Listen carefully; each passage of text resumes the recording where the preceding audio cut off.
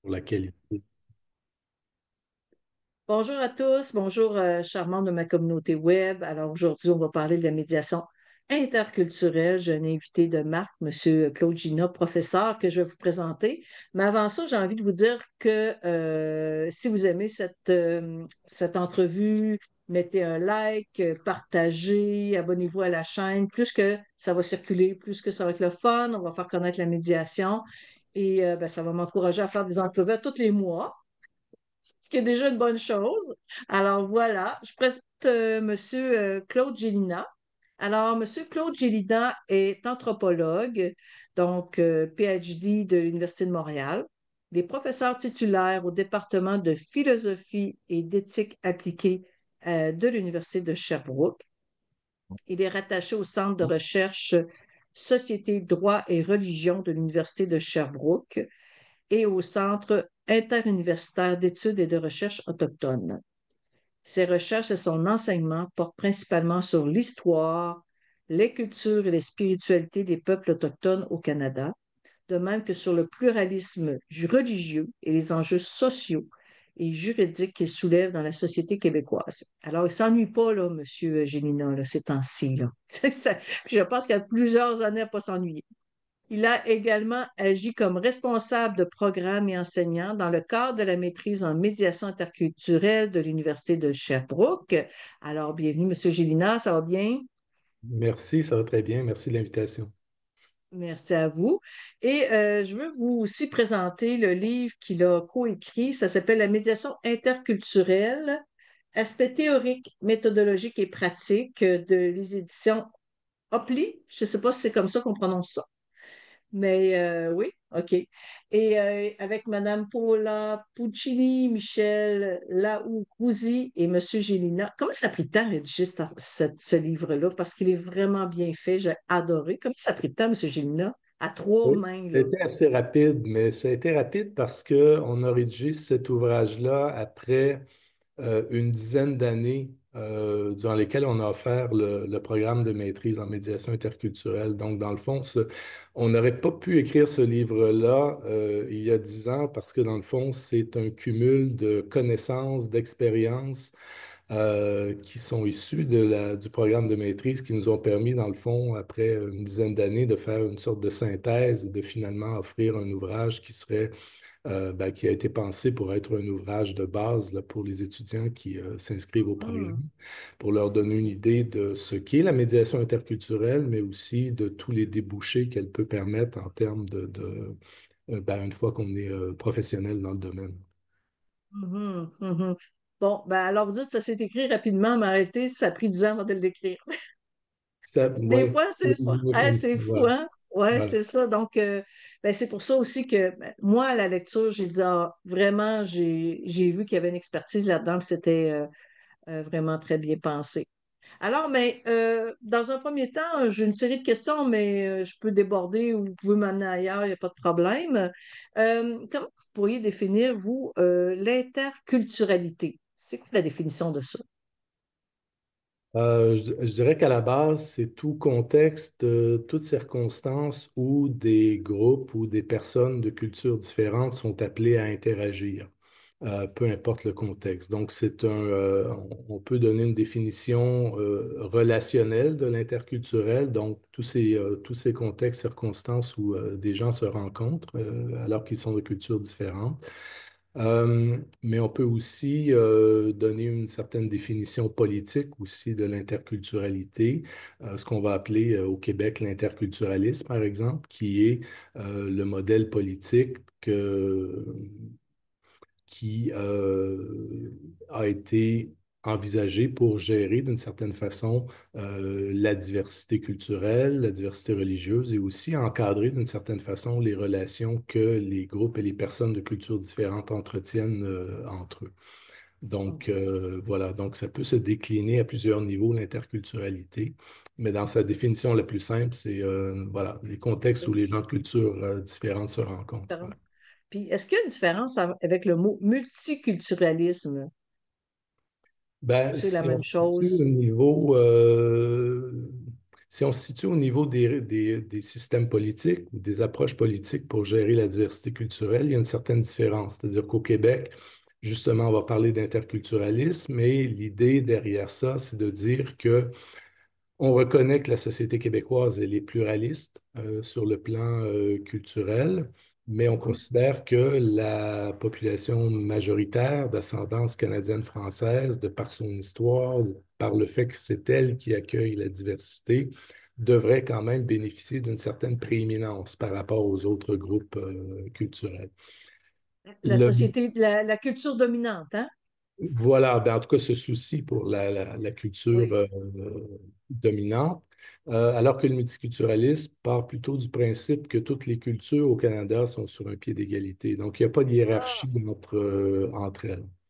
Bon, maintenant, OK, dans les OK, deux OK. cas, il faut distinguer l'énoncé de principe des faits, c'est-à-dire que, bon, l'interculturalisme reste quand même assujetti d'une certaine façon à un cadre constitutionnel canadien. Et donc, on ne peut pas nécessairement privilégier la majorité comme on le souhaiterait parfois. Et on l'a vu, Mhm. les façons de le faire, parfois, ça doit passer par la clause dérogatoire et donc des atteintes aux droits fondamentaux de certaines personnes. Au Canada, le multiculturalisme, bon, c'est une chose de dire que toutes les cultures sont égales sur un pied d'égalité, mais en même temps, le Canada reste un pays très majoritairement composé de citoyens d'ascendance occidentale et chrétienne. Ce sont eux Ouais, ouais, ouais, qui ouais. contrôlent encore beaucoup les institutions qui sont capables de donner des orientations au pays. Donc, est-ce que toutes les cultures sont vraiment égales? On peut se poser, voilà. Donc, mais là, Ouais. On peut se on a poser des questions. Ouais. voilà. Mais Et on savez-vous a. que, ouais, ben, excusez-moi, je vous interromps, Allez-y, mais allez-y. moi, j'ai vu mon Québec changer. Dans le sens que j'ai 60 ans. Et donc, moi, puis je viens de la Beauce, une petite région en périphérie de Québec que vous connaissez peut-être, mais bon, c'est pas si important là, pour nous parce qu'on a des gens de l'Europe là, qui nous écoutent. Et puis, moi, j'ai arrivé, puis je vois la culture qui change, je vois mon Québec changer dans le sens que il y a des gens de différentes cultures qui sont arrivés, puis que là, on parle de, tu sais, alors que c'était très blanc, francophone, chrétien, ben, il y a un bouleversement là, quand même incroyable là, que je vois, que j'ai vu aller, puis je me dis, oh, mais ça change. Puis une société, ça change par définition. J'ai l'impression que les mouvements migratoires, tout ça, ça fait en sorte que nécessairement, Ça change certainement le paysage culturel et je dirais qu'on est tout de même privilégié de vivre dans une société, le Québec ou le Canada, où ce pluralisme culturel se vit relativement bien. C'est-à-dire, bien sûr, il y a des accrochages ici et là, mais de façon générale, la cohabitation interculturelle se vit très bien. Donc ça, on est privilégié de, c'est pas partout pareil, hein? c'est pas tous les pays qui auraient pu tenir une commission Bouchard-Taylor. On retourne un peu en arrière, là, mais ce genre de Ouais, débat public sur la diversité, le respect des différences et tout, et l'encadrement aussi des différences, on ne peut pas nécessairement retrouver ce genre de démarche publique dans tous les pays. Donc, je crois qu'on reste quand ouais. même privilégié, même si on a bien sûr nos petits problèmes. Ben, nous autres, les Québécois, on a fait une révolution tranquille, hein? C'était pas une révolution. On n'a pas, on n'a pas fusillé personne, là. C'était une révolution tranquille. Mais bon, que je vous entends parler, vous parlez beaucoup de droit, d'histoire. Puis c'est ça, vous êtes un anthropologue. Et puis c'est la première fois que je rencontre, c'est ça, un médiateur anthropologue. Moi, je trouve ça, je suis contente. Ça fait changement des avocats, là. C'est pas juste les avocats qui peuvent faire de la médiation, hein. On est dans un autre alignement, là, ici. Ça, c'est un commentaire, c'est pas une question, mais là, j'irai avec une autre question. Justement, dans quelle sphère, parce que dans le livre, on parle des quatre paradigmes. On parle puis j'aimerais ça que vous les présentiez, je ne vais pas les présenter à votre place, là, puis parce que ça a une implication dans quatre sphères que vous avez identifiées. Est-ce que vous pourriez les présenter, ces quatre sphères-là? Ouais, ben en fait, il pourrait probablement y en avoir d'autres, c'est-à-dire que c'est lié au fait que dans le cadre du programme de médiation, de maîtrise en médiation interculturelle, on aborde la culture dans un sens très large. On a peut-être tendance à résumer ça aux enjeux qui sont liés à l'immigration, donc au niveau Mhm, des rapports entre groupes et individus de cultures différentes, mais la culture, elle n'est pas uniquement liée à l'immigration, c'est-à-dire qu'on va la retrouver dans différents domaines. Dans les entreprises, par exemple, il y a des cultures d'entreprise, il y a des cultures de genre, il y a des cultures de handicap. Et donc, c'est que quand des gens proviennent sont rattachés à ce type de culture et entrent en contact, ben là, il peut y avoir des enjeux. Des nouveaux propriétaires d'une entreprise, par exemple, qui arrivent avec leur culture d'entreprise et qui se heurtent à des façons de faire qui existent déjà depuis un certain temps dans l'entreprise dont ils font l'acquisition, mais il peut y avoir des accrochages. Et mhm, donc, dans le fond, nous, ce qu'on cherche à faire avec le programme de maîtrise, c'est de donner un maximum d'outils aux étudiants, des connaissances théoriques, mais aussi des connaissances pratiques pour être capable de s'ajuster à tous les contextes dans lesquels ils pourraient être appelés à intervenir. Donc, que ce soit mhm. dans des relations entre natifs et immigrants, que ce soit dans des relations au niveau d'une entreprise, au niveau des services publics avec la population. Donc, il faut être équipé, avoir un certain nombre de connaissances de base pour être capable de s'adapter aux différentes circonstances et de mener une intervention de médiation qui soit profitable. C'est Alors, en ça. ce sens-là, le programme n'est pas axé sur le fait de transmettre une recette aux étudiants en leur disant, ben, voici comment on fait de la médiation interculturelle, parce que chaque contexte est spécifique et il faut toujours s'adapter. Alors, qu'est-ce qui est utile, de quoi on a besoin pour s'adapter? C'est-à-dire, c'est un certain nombre d'outils, de connaissances de base qu'on peut Mhm. déployer en fonction des contextes. Donc, le programme est très axé sur l'interdisciplinarité, où les étudiants vont acquérir des notions justement de droit. Quand on agit comme médiateur interculturel, il faut être relativement familier avec les droits fondamentaux des personnes avec qui on interagit. Des notions d'anthropologie, des notions de sociologie, des notions de psychologie. Alors, on ratisse très large et on ratisse très large aussi au niveau des dimensions pratiques, c'est-à-dire les différentes façons dont on peut mener des interventions de médiation interculturelle. Et on le voit par exemple dans le livre, dans la troisième partie du livre, on a toute une série là, d'exemples de médiation interculturelle qui sont toutes plus différentes les unes que les Et autres.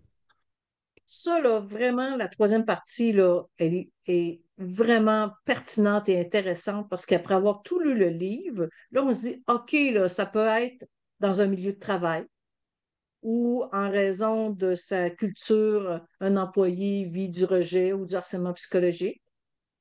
Ça peut être dans le milieu de l'éducation où un jeune arrive, puis il est réfugié, il est immigrant, puis lui, il s'adapte pas, là. Ça, c'est touchant quand on lit ça, puis tout ça. Il y a aussi le milieu des femmes où là, les communautaires, en communauté, ben, on l'a vu, par exemple, puis là, je ne sais pas il y a eu de la médiation là-dedans, mais à Montréal, dans la ville de Montréal, il y a beaucoup d'itinérants. Puis Oui. on voit qu'il y a beaucoup de gens autochtones, hein. Et est-ce qu'il y a eu de la médiation? Est-ce que ça, c'est un endroit comme on pourrait appeler du communautaire? Puis il y a les commerçants qui ne veulent pas avoir d'itinérants, qu'ils soient autochtones ou pas, mais c'est parce que je pense qu'il y a une surreprésentation. Est-ce que ça serait le genre d'intervention interculturelle, médiation? Ça... Ben, tout à fait. Puis, ben, avant de donner des exemples, je mentionnerai aussi que euh, notre façon d'aborder la médiation interculturelle, elle n'est pas uniquement limitée à des situations de conflit. On peut aussi envisager la médiation interculturelle dans une perspective de prévention.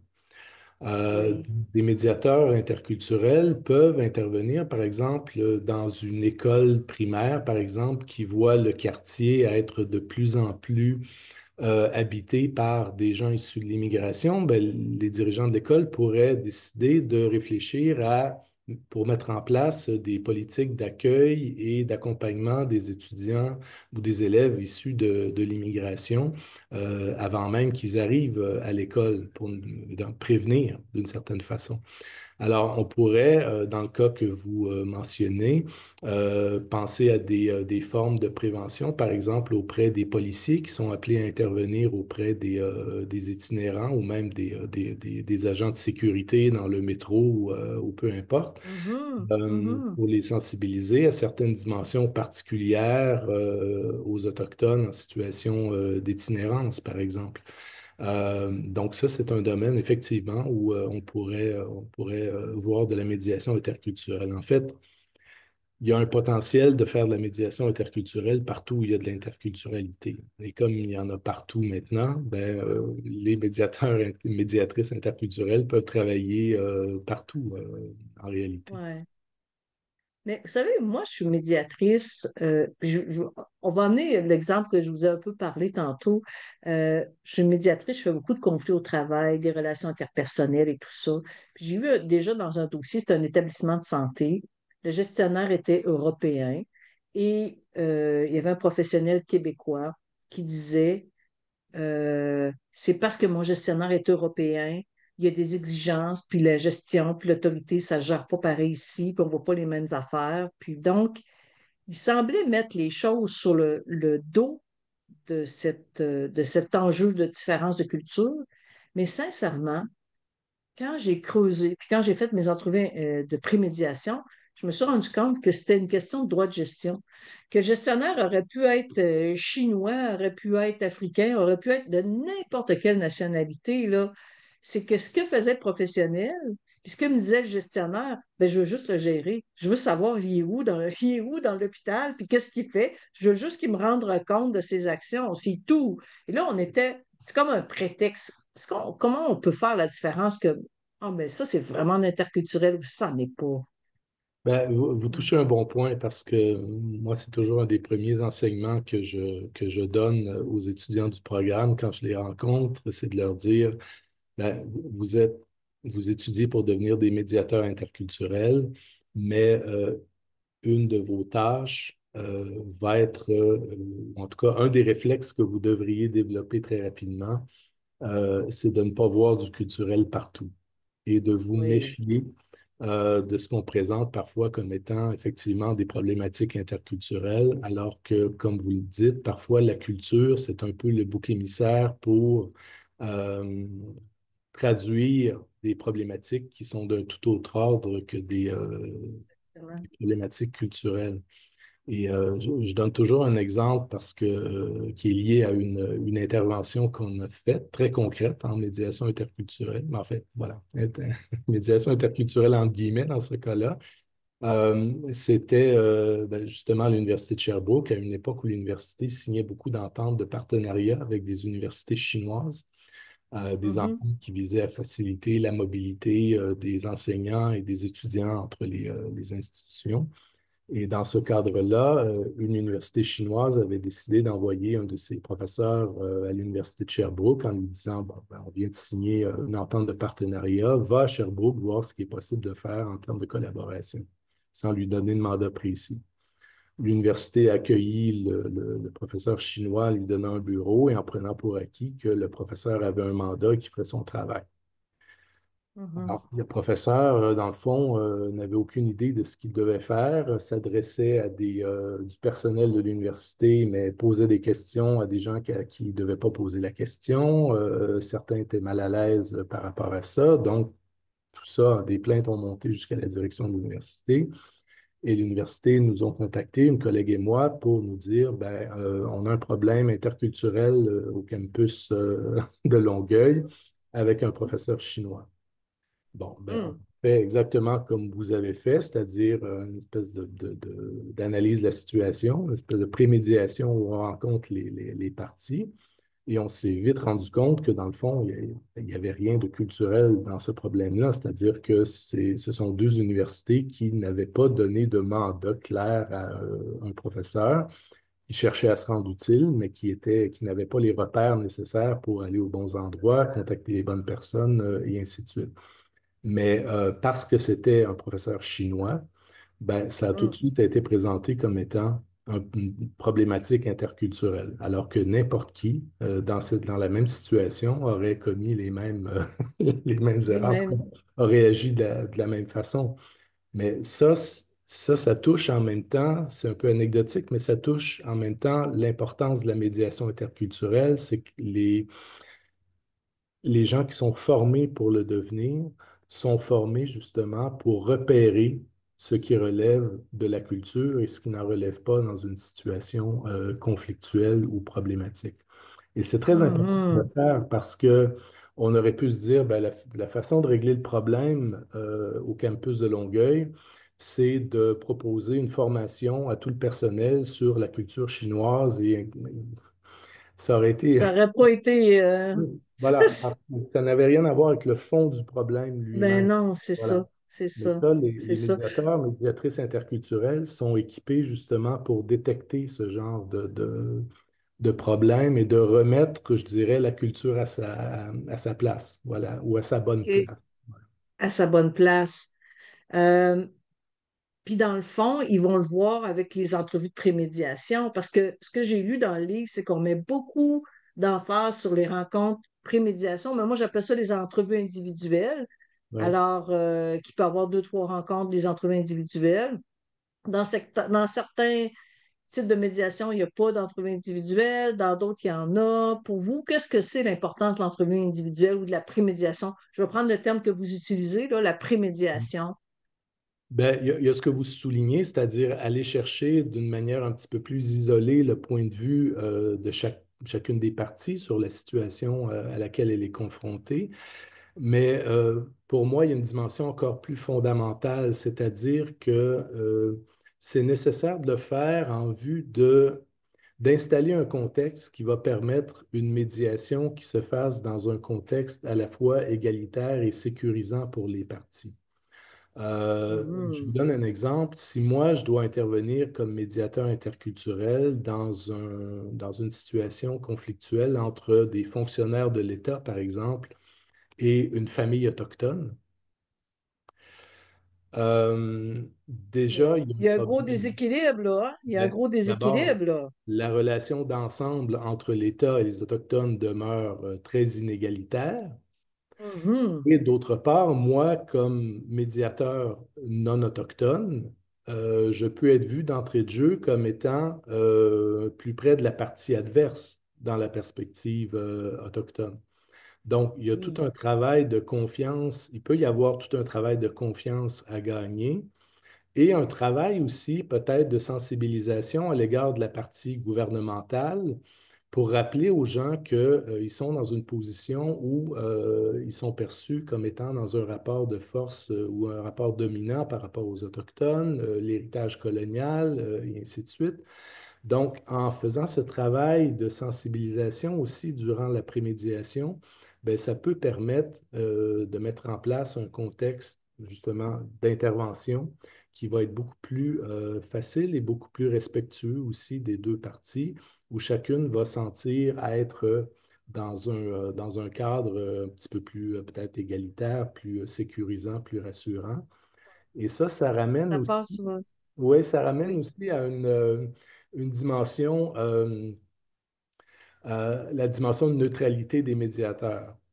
Euh, je sais que c'est une dimension qui est très importante, cette idée-là d'essayer d'agir de manière neutre et de présenter aussi une image neutre de qui on est comme médiateur dans l'exercice de notre travail. Mais en même temps, j'ai l'impression que parfois, on ne peut pas être tout à fait neutre. C'est-à-dire que Non, si c'est on ça. s'apprête à mener une médiation dans un contexte où on sait qu'il y a une inégalité fondamentale, ben, il faut prendre des mesures pour essayer de la corriger d'une certaine façon, cette C'est ça. inégalité-là. Vous réessayez de faire un rééquilibrage, mais en Ouais. même temps, il ne faut pas prendre parti pour la famille autochtone, mais expliquer rééquilibrer tout ça. C'est toujours touché pour un médiateur parce que justement, sa neutralité, comment va être perçue, ça, c'est vraiment. Mais je vois aussi beaucoup toute l'importance de la création du lien. Oui. La création du lien avec mettons, dans ce cas-ci, on a parlé de fonctions de gouvernement puis autochtone, création du lien avec les Autochtones, création du lien aussi avec les fonctionnaires, toute cette création de lien-là pour créer un espace sécuritaire.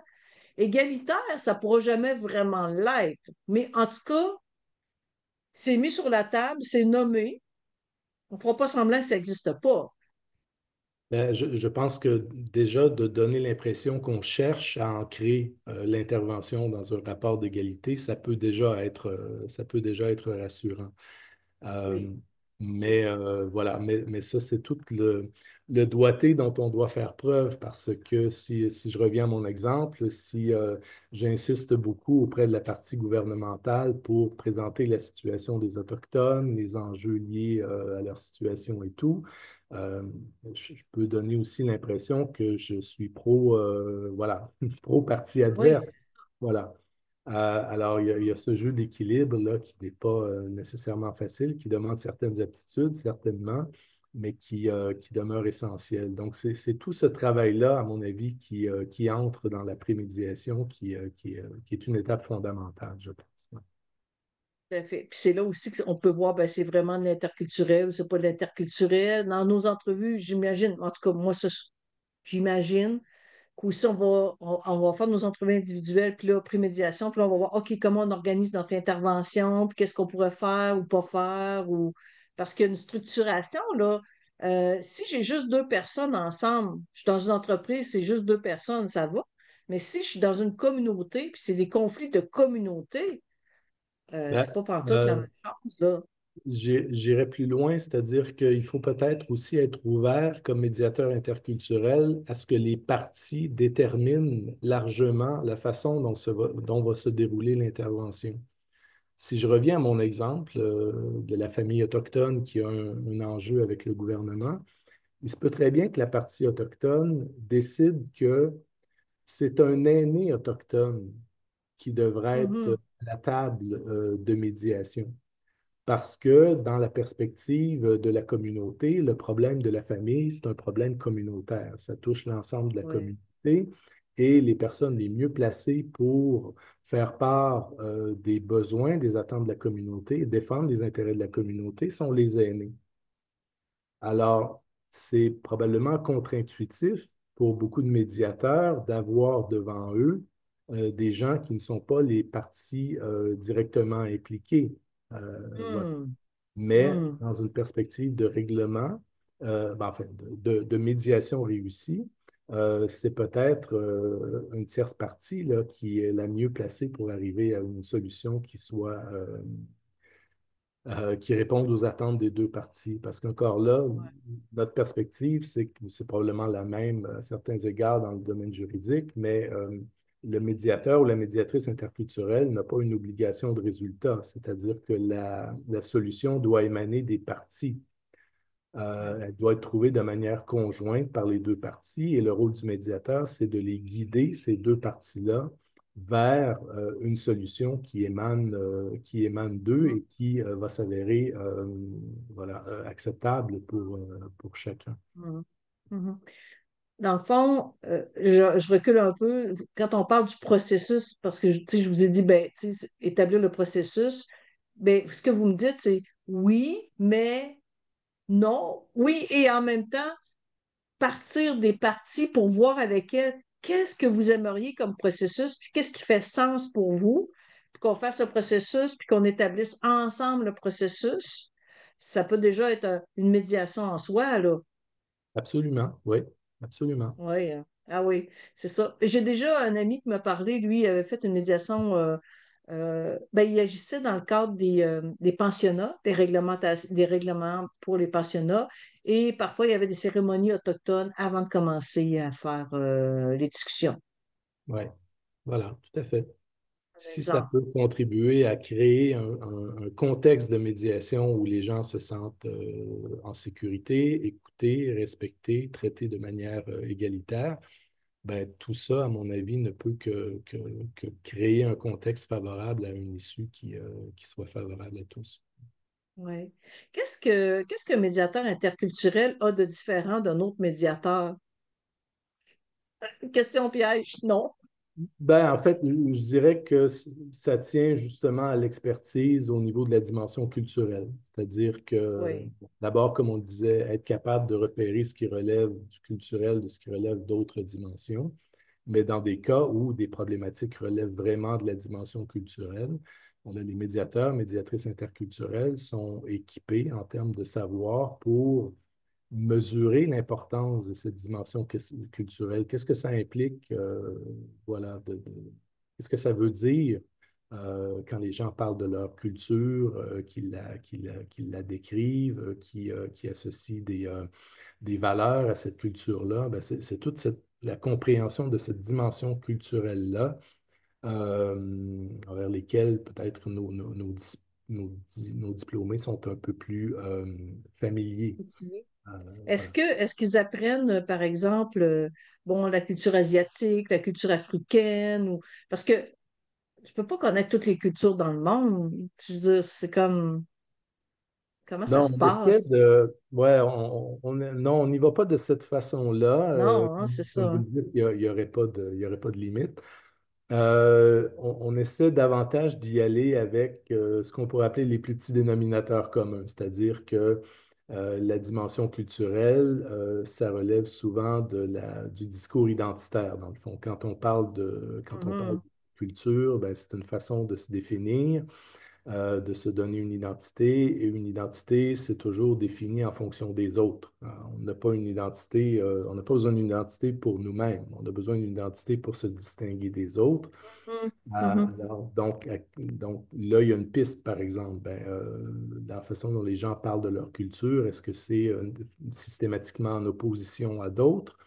Et là, ben, habituellement, quand on a un discours identitaire très en opposition à d'autres, ben, ça reflète une réalité socio-économique souvent un peu semblable, c'est-à-dire qu'il y a un écart marqué entre les deux populations.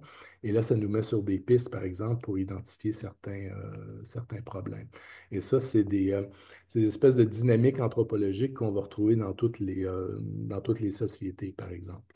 Mhm. Alors, c'est pas tellement d'aller dans le détail de ce qu'est chaque culture, mais c'est plutôt Ça. dans la façon de parler de la culture, d'utiliser la culture et ainsi de suite. Ça, il y a certaines réalités transversales, je dirais, à l'ensemble des cultures. Puis ce sont ces dimensions-là qu'on préfère. Parce que, ouais, c'est ça, parce que dans le fond, j'ai l'impression qu'un médiateur interculturel doit d'avoir une ouverture d'esprit tout d'abord, une grande curiosité de connaître justement la culture de l'autre ou comment lui il voit sa culture ou comment il se définit. Donc, ça prend une grande curiosité, puis être capable de faire abstraction de ses jugements quelque part, là, peut-être plus encore que, je sais pas, c'est peut-être un préjugé que j'ai. Ben, justement, les Ouais, préjugés, j'allais hein. dire aussi, ça demande de faire preuve de beaucoup de réflexivité aussi. C'est-à-dire se regarder soi-même comme médiateur ou Oui. médiatrice et de toujours être attentif à savoir si nos propres valeurs culturelles, nos propres prismes culturels pour voir les choses n'influencent pas notre façon d'agir, de comprendre les parties. Donc ça, c'est toujours important. Puis je dirais que l'ouvrage auquel vous faisiez référence au départ, ben, c'est le résultat de toutes ces années de réflexivité sur le travail de médiateur interculturel. Ce qu'on y retrouve, ça découle d'expériences qu'on a vécues, que les étudiants ont vécues, des réussites, mais parfois des échecs aussi. Mais c'est important de revenir sur les échecs, ou en tout cas les médiations qui ont moins bien réussi ou qui n'ont pas abouti.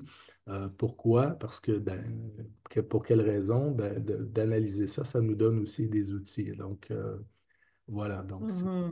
comme je disais, Mhm. l'ouvrage, c'est vraiment un constat là, au terme de 10 années de médiation interculturelle. Euh, Expérience terrain, là, d'expérience Expérience terrain terrain, importante. voilà. Et donc, je dirais que ça a vraiment débuté au Québec, là, cette expertise en médiation interculturelle. Il y avait certaines choses en Europe, en France, mais je dirais que c'est vraiment au Québec où cette spécialisation-là s'est vraiment implantée Ah et oui? structurée. Ah. Et ça, je donne toujours crédit à ma collègue Michel Vatsilaroussi, là, qui est co-auteur de l'ouvrage, mais c'est vraiment elle qui, en 2000, déjà en 2004, avait lancé l'idée là, de ce Est-ce programme. que, donc, au programme de l'Université de Sherbrooke, vous devez accueillir des étudiants de partout, dans le fond?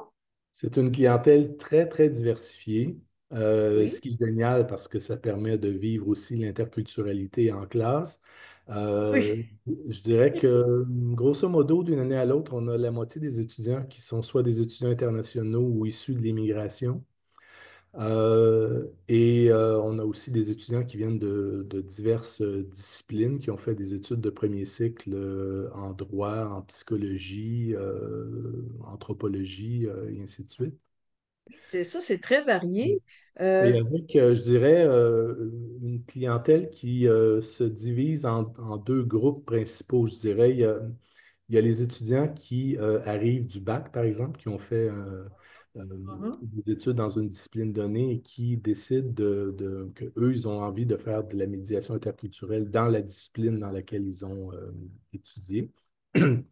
Et donc, eux vont venir chercher plus des dimensions pratiques dans le programme après avoir fait 3 années de plus théorique.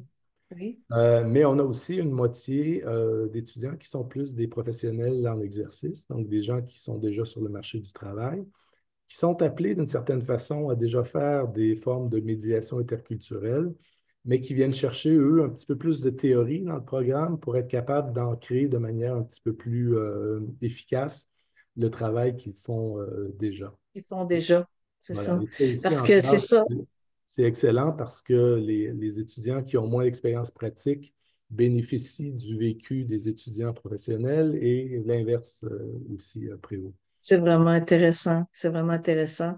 Est-ce que pour un médiateur, parce que là, vous parlez de gens qui viennent chercher un atout supplémentaire, sont déjà sur le marché du travail, mais est-ce qu'il y a du travail pour un médiateur au privé qui dirait, bon, ben là, moi, j'ouvre mon cabinet, médiation interculturelle. Je serais peut-être un peu inquiète pour lui, là, mais je ne sais pas s'il y a un marché pour ça. Je ne sais pas si je l'ai mentionné tantôt, mais ce qu'on dit aux étudiants qui s'intéressent au programme, c'est qu'on ne peut pas vous dire où vous allez travailler après votre formation, mais on peut vous dire que vous allez travailler. Parce que Ah, la très grande majorité des diplômés, puis on en a probablement quelques centaines là, depuis une quinzaine d'années, euh, travaillent pour la plupart soit comme médiateur interculturel, soit en fait, dans un domaine assez connexe à la médiation interculturelle. Euh, on a des diplômés qui travaillent dans différents domaines, dans le domaine public, par exemple, au niveau des ministères, des services publics, mhm, dans les institutions mhm. d'enseignement, dans les organismes communautaires. Mais certains ont effectivement créé leur propre boîte de consultants en Le médiation consultant. Ah interculturelle. oui, oui. Ben, Le c'est comme, problème, oui, je dirais que oui, le principal problème, c'est que ce n'est pas une spécialité c'est pas une profession qui est officiellement reconnue encore, c'est peu connu. Donc, le défi est pas, à mon avis, n'est pas de trouver du travail, le défi est plutôt de se faire connaître et de faire c'est ça. connaître l'expertise. Et Je ça, on pense que oui, doit, mais je pense que c'est aussi le lot de tous les médiateurs, puis de la médiation au sens large au Québec et tout ça. Un médiateur civil, commercial, privé, tout ça, ce qu'il faut, c'est de l'éducation à la population, puis éduquer la population, de dire, ben ça existe. Un, la médiation existe. En plus, vous savez, il y a de la médiation interculturelle, puis il y a des spécialistes là-dedans. Fait qu'on a de l'éducation beaucoup à faire, j'ai l'impression.